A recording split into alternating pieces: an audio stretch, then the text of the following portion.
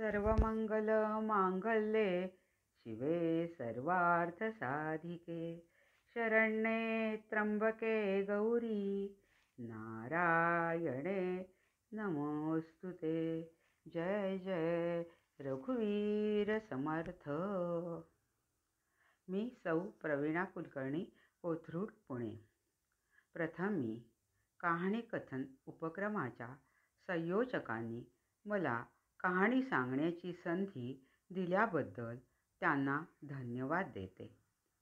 आदरणीय संध्याताई, मंजुश्रीताई आणि सर्व ज्येष्ठ श्रेष्ठ भगिनींना विनम्रपणे अभिवादन करते। आज मी ज्येष्ठा गौरीच्या कहाणीचा मला समजलेला अर्थ सांगण्याचा प्रयत्न करणार आहे। प्रथम आपण कथा म्हणजे काय ते पाहूया। धार्मिक भावनेवर आधारलेली लोककथा म्हणजे कहाणी। व्रतवैकल्याच्या निमित्ताने सांगितली जाणारी गोष्ट म्हणजे कहाणी। श्रद्धेने आचरणात येणाऱ्या व्रताची फलनिश्चिती सांगणे हा कहाणीचा मुख्य उद्देश असतो। अशा कहाण्या श्रावण महिन्यात लेकी सुनांना वडीलधाऱ्या स्त्रिया सांगतात। त्याने त्या योगे चांगले वळण लागावे हा हेतू त्यामागे असतो। या कहाण्या फार प्राचीन काळातील आहेत। कोणते व्रत केव्हा आणि का घ्यावयाचे याचा खुलासा होण्यासाठी या कहाण्यांमधून पौराणिक दाखले दिलेले असतात। अशा कहाण्यांमध्ये ज्या देवतेसंबंधी हकीकत आलेली असते त्या देवतेस उद्देशूनच कहाणीची सुरुवात होते। उदाहरणार्थ, 5 देवांच्या कहाणीची सुरुवात। ऐका पाची देवानो तुमची कहाणी अशी केली गेली आहे। अशा कहाण्यांचा एक विशिष्ट साचा असतो। कहाणीमधील घटना सामान्यतः आटपाट नगरात घडून येतात। आटपाट नगर म्हणजे 8 पेठांचे नगर। जुन्या काळातील लोकमान्य नगर रचना। कहाणीचा शेवटही 60 उत्तराची कहाणी 5 उत्तरी सुफळ संपूर्ण असा केलेला असतो। त्याचा अर्थ असा की खोलात गेलो तर कहाणी सांगायला 60 उतारे लागतील, पण इथे 5 उतार्यातच त्याचा सारांश लिहिला आहे। तरी त्या 5 उतार्यात संपूर्ण कहाणी ऐकण्याचे पुण्यफळ लाभेल। तसेच कोणत्याही वारांची कहाणी सांगण्यापूर्वी प्रथम विघ्नहर्त्या गणेशाची कहाणी सांगण्याची प्रथा आहे। आपण आता ज्येष्ठा गौरीची कहाणी पाहण्या अगोदर या कहाणीचे महत्त्व पाहूया। फार फार वर्षापूर्वी दानवांचे राज्य होते। राक्षस देवांना त्रास देत असत, त्यामुळे देवांच्या स्त्रियांचे सौभाग्य धोक्यात आले होते। त्यावेळी त्यांनी भाद्रपद महिन्यात महालक्ष्मीचे व्रत केले। त्यांनी मनोभावे तिची पूजा केली, प्रार्थना केली। महालक्ष्मी प्रसन्न झाली, त्यांचे संकट टळले, त्यांचं सौभाग्य अखंड राहिलं। आपलंही सौभाग्य अखंड राहावे म्हणून हे व्रत आजही करतात आणि कहाणीचा हाच मुख्य उद्देश आहे। आता आपण ज्येष्ठा गौरीची पारंपरिक पद्धतीनं आलेली पुरातन अशी कहाणी ऐकूया। आटपाट नगर होतं। तिथं एक गरीब ब्राह्मण राहत होता। पुढं एके दिवशी काय झालं, भाद्रपद महिना आला। घरोघर लोकांनी गौरी आणल्या। रस्तोरस्ती बायका दृष्टीस पडू लागल्या, घंटा वाजू लागल्या। हे त्या ब्राह्मणाच्या मुलांनी पाहिलं। मुलं घरी आली, आईला सांगितलं, आई आई आपल्या घरी गौर आण। आई म्हणाली, बाळांनो गौर आणून काय करू, तिची पूजापत्री केली पाहिजे, घावन घातल्याचं नैवेद्य दाखवला पाहिजे आणि आपल्या घरात तर काही नाही. तुम्ही बापाजवळ जा. बाजारातलं सामान आणायला सांगा. सामान आणलं म्हणजे गौर आणीन. मुलं तिथून उठली, बापाकडे आली. बाबा बाबा, बाजारात जा, घावन घातल्याचं सामान आणा म्हणजे आई गौर आणील. बापानं घरात चौकशी केली. मुलांचा नाद ऐकला. मनात फार दुःखी झाला. सोन्यासारखी मुलं आहेत, पण त्यांचा हट्ट पुरवता येत नाही. गरिबीपुढं उपाय नाही. मागायला जावं तर मिळत नाही. त्यापेक्षा मरण बरं म्हणून उठला. देवाचा धावा केला. तळ्याच्या पाळी केला. जीव द्यावा म्हणून निश्चय केला. अर्ध्या वाटेवर गेला. इतक्यात संध्याकाळ झाली. जवळच एक म्हातारी सवाशीण भेटली. तिनं त्याची चाहूल ऐकली. कोण म्हणून विचारलं. ब्राह्मणानं हकीकत सांगितली.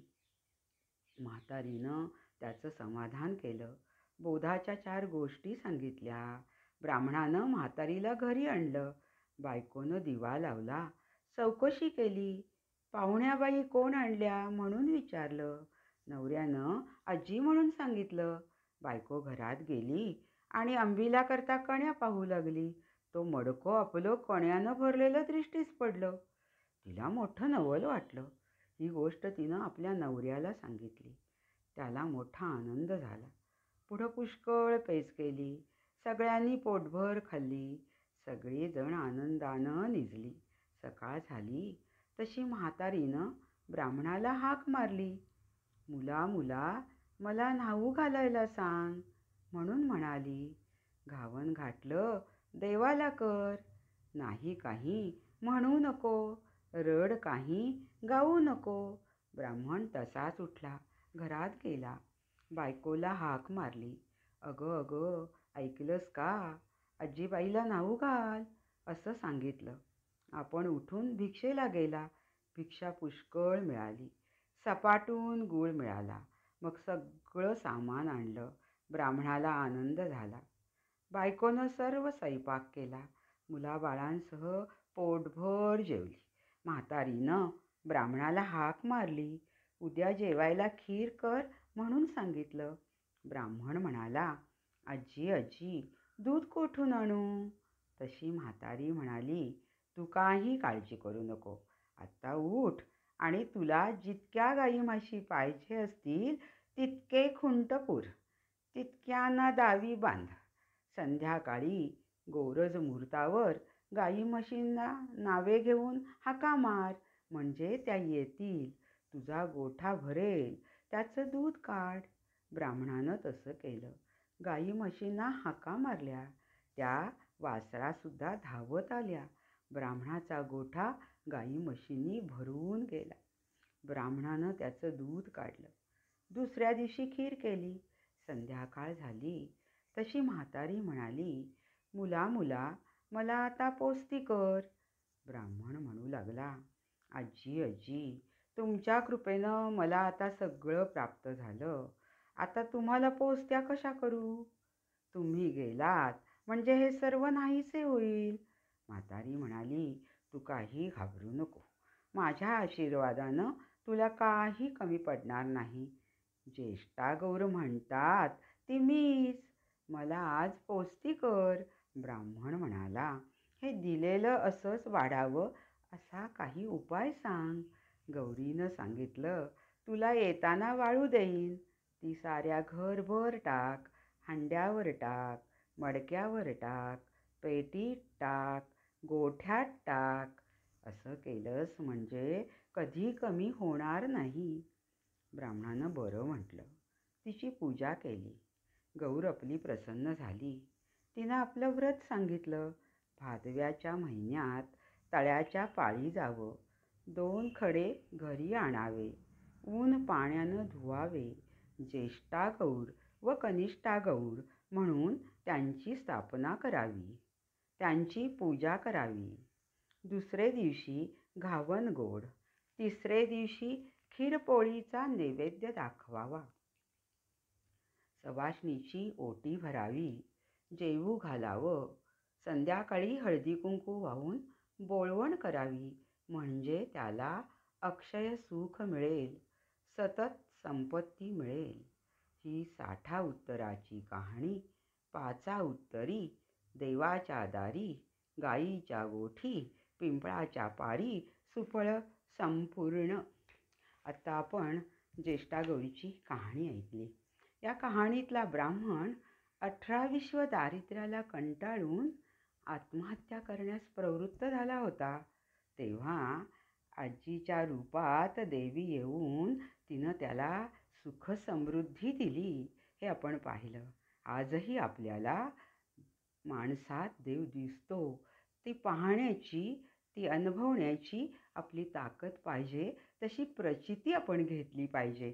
आणि अशी प्रचिती घेतली म्हणजे सहजी आपल्या तोंडातून उद्गार येतात, तुम्ही ना अगदी देवासारखे भेटलात बघा. तसेच या ज्येष्ठागौरीच्या कहाणीतून आपल्या लक्षात येतं की ही ज्येष्ठागौरीचं व्रत 3 दिवसांचं आहे. म्हणून आता आपण ज्येष्ठागौरीचं आवाहन, ज्येष्ठागौरीचं पूजन, तिचं विसर्जन याविषयीची थोडी माहिती पाहूया. गौरी म्हणजे 8 वर्षाची अनाघ्रत अशी पवित्र कन्या. तसेच गौरी म्हणजे पृथ्वी, वरुण, पत्नी, तुळशीचं झाड, जाईचा वेल हेही अर्थकोशात दिले आहेत. या आधारेच तेरड्याच्या फुलांचीही गौर म्हणून पूजा केली जाते. ज्येष्ठागौरी पूजन महाराष्ट्रात भिन्न भिन्न रीतीने केले जाते. अनुराधा नक्षत्रावर ज्येष्ठागौरीचं आवाहन, ज्येष्ठा नक्षत्रावर तिचे पूजन आणि मूळ नक्षत्रावर तिचे विसर्जन असे हे 3 दिवसांचे मूळ व्रत आहे. याला ज्येष्ठागौरी पूजन असे म्हटले जाते. काही गावात या गौरी सोन्या चांदीचे वा पितळेचे मुखवटे धारण करणाऱ्या असतात. त्या मूर्तींना चांगल्या साड्या नेसून दागदागिन्यांनी नटवले जाते. तर काही ठिकाणी केवळ कागदावर गौरीचे चित्र काढून किंवा छापील कागद आणून तिचे पूजन केले जाते. कित्येक गावात अशी प्रथा आहे की नदीतील 5 खडे किंवा लहान दगड आणावयाचे आणि त्यांचीच पूजा करायची. कित्येक ठिकाणी तर मातीचे लहान लहान घट आणून त्यात हळद बांधलेला दोरा, खारीक आणि खोबरे घालतात आणि ते घट एकावर एक ठेवून ती उतरंड गौरी म्हणून पूजतात. आता पहिला दिवस पाहूया, गौरी आवाहन. आपापल्या परंपरेप्रमाणे कुणी नदीकाठावरून तर कुणी घरातील तुळशी वृंदावनापासून गौरी आणतात. जिच्या हातात गौर आहे तिचे पाय दुधाने व पाण्याने धुतात. तिच्या पायावर स्वस्तिक काढतात, औक्षवण करतात. घराच्या दरवाजातून ते जिथे गौरी बसतात तिथपर्यंत लक्ष्मीच्या पायाचे ठसे उमटवत उमटवत गौरीचे मुखवटे आणतात. घंटेचा आवाज करून गौर कशाच्या पावलाने आली, गौर हळदी कुंकवाच्या पावलाने आली, गौर सोन्याच्या पावलाने आली असं म्हणत तिची स्थापना करण्यापूर्वी घरातील गणपती, दूध दुभते, सोने नाणे, एकूण घरातील समृद्धी दाखवण्याची प्रथा आहे. तेथे त्यांचे आशीर्वाद मिळून ऐश्वर्य नांदो अशी प्रार्थना करतात. नंतर तिला साडी नेसून दागदागिन्यांनी सजवतात. ज्येष्ठा, कनिष्ठा, गंगागौर यांची यथासांग पूजा, आरती, साखर खोबऱ्याचा नैवेद्य दाखवतात. तिला पहिल्या दिवशी भाजी भाकरीचा नैवेद्य दाखवण्याची पद्धत विशेषतः पश्चिम महाराष्ट्रात आहे. आता गौरीपूजन अर्थात दुसरा दिवस.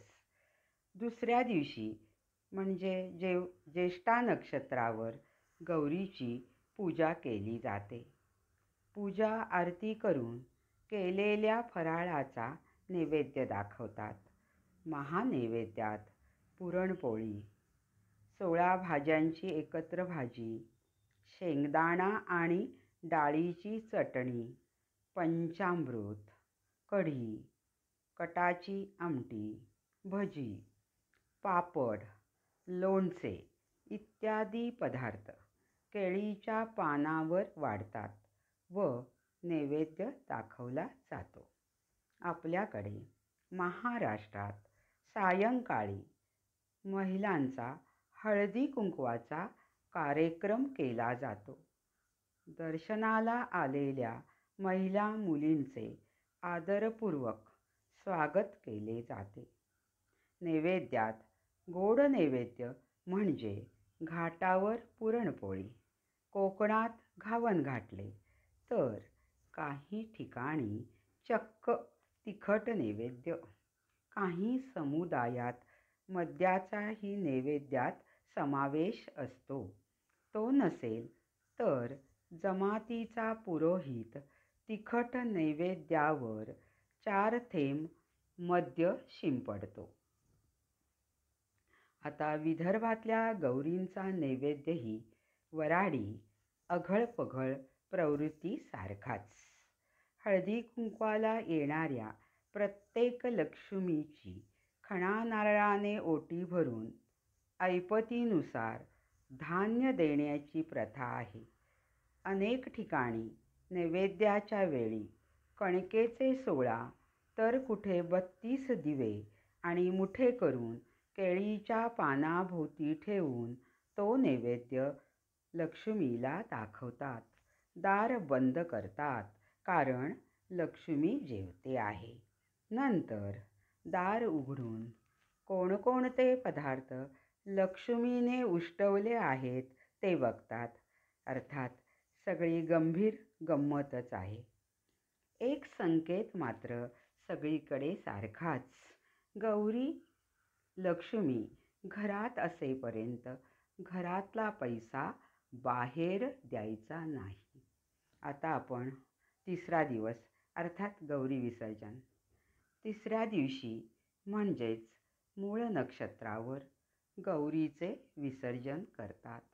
त्या दिवशी महाराष्ट्रातील ग्रामीण भागात सुताच्या गुंड्याला 16 गाठी देतात. त्यात सुकामेवा, फुले, हळदी कुंकू, आघाडा, दुर्वा घालून गाठी बांधतात. नंतर त्याची व महालक्ष्मीची पूजा आणि आरती करतात. खीरपुरीचा नैवेद्य दाखवतात. त्यांना पुढील वर्षी येण्याचं आमंत्रण देऊन त्यांचा निरोप घेतला जातो. त्यांचे विसर्जन केले जाते. विसर्जन केल्यावर परत येताना थोडी वाळू घरी आणून ती सर्व घरभर व परसातल्या झाडावर टाकतात. त्या योगे घरात समृद्धी नांदते व झाडाझुडपांचे कीटकांपासून संरक्षण होते अशी समजूत आहे. मराठवाड्यात या सणाची काहीशी वेगळी पद्धत पाहावयास मिळते. तिला गौरी असा उल्लेख न करता महालक्ष्मी असे म्हणतात. नव्याने लग्न झालेली मुलगी आवर्जून माहेरी येते. मुलीच्या लग्नानंतर पहिल्या महालक्ष्मी सणाच्या वेळी तिचे आई वडील महालक्ष्म्या घेऊन मुलीच्या घरी सासरी जातात. नव्या सुपात ठेवून त्या महालक्ष्म्या सासरच्या मंडळींना देतात. सासरची मंडळीही आपल्या घरी लक्ष्मी आली या भावनेने देवीच्या या प्रतिमाचा स्वीकार करतात आणि सुनेलाही महालक्ष्मीचे रूप मानतात. कोकणस्थ ब्राह्मणात आणि कर्नाटकात अनेक ठिकाणी पाणवठ्यावरून किंवा तुळशीच्या रोपाजवळचे 2 खडे कलशात घालून मिरवत आणून तेच गौर म्हणून पूजतात. खरे तर ही खड्यांची किंवा तेरड्यांच्या रोपाचीच मूळ गौर असावी. माणसाच्या भौतिक विकासाबरोबर तिला सालंकृत मूर्तिरूप आले असावे. रूप कसेही असले तरी तिच्या उपासनेचा उल्हास सगळीकडे सारखाच. आजही 21व्या शतकात अर्थात बदलत्या काळात, परिस्थितीत, जीवनशैलीत फरक पडणारच. शिक्षण प्रसाराच्या जमान्यात माणसाच्या मनोवृत्तीत बदल झाला आहे. आजच्या धावपळीच्या युगात यात थोडा बदल केला पाहिजे हे खरे आहे, पण ती नसावीतच, ही व्रते नसावीतच हे म्हणणे चुकीचे आहे. उलट सकारात्मक दृष्टीने पाहिल्यास आजच्या करियस्थ स्त्रियांना येणाऱ्या ताणतणावांना सामोरे जाण्याचे बळ मिळेल असे वाटते. आपली ही व्रते काही ना काही शिकवण देतात. थोडा विचार केला तर व्रतवैकल्यांचे पालन केले तर पुढील पिढी पाश्चिमात्य विचारांकडे न झुकता आपली संस्कृती समजून घेईल. मुख्यत्वे यासाठी जुन्या व नव्या पिढीत सुसंवाद हवा हेच खरे. आजही आपण या ज्येष्ठागौरीचे व्रत मनोभावे श्रद्धेने करूया. तिला सुखसमृद्धीचे दान मागूया. आमचे सौभाग्य अखंड राहू दे अशी तिला प्रार्थना करूया. तरच या कहाणीमागचा हेतू सफल झाला असे मला वाटते. जय जय रघुवीर समर्थ.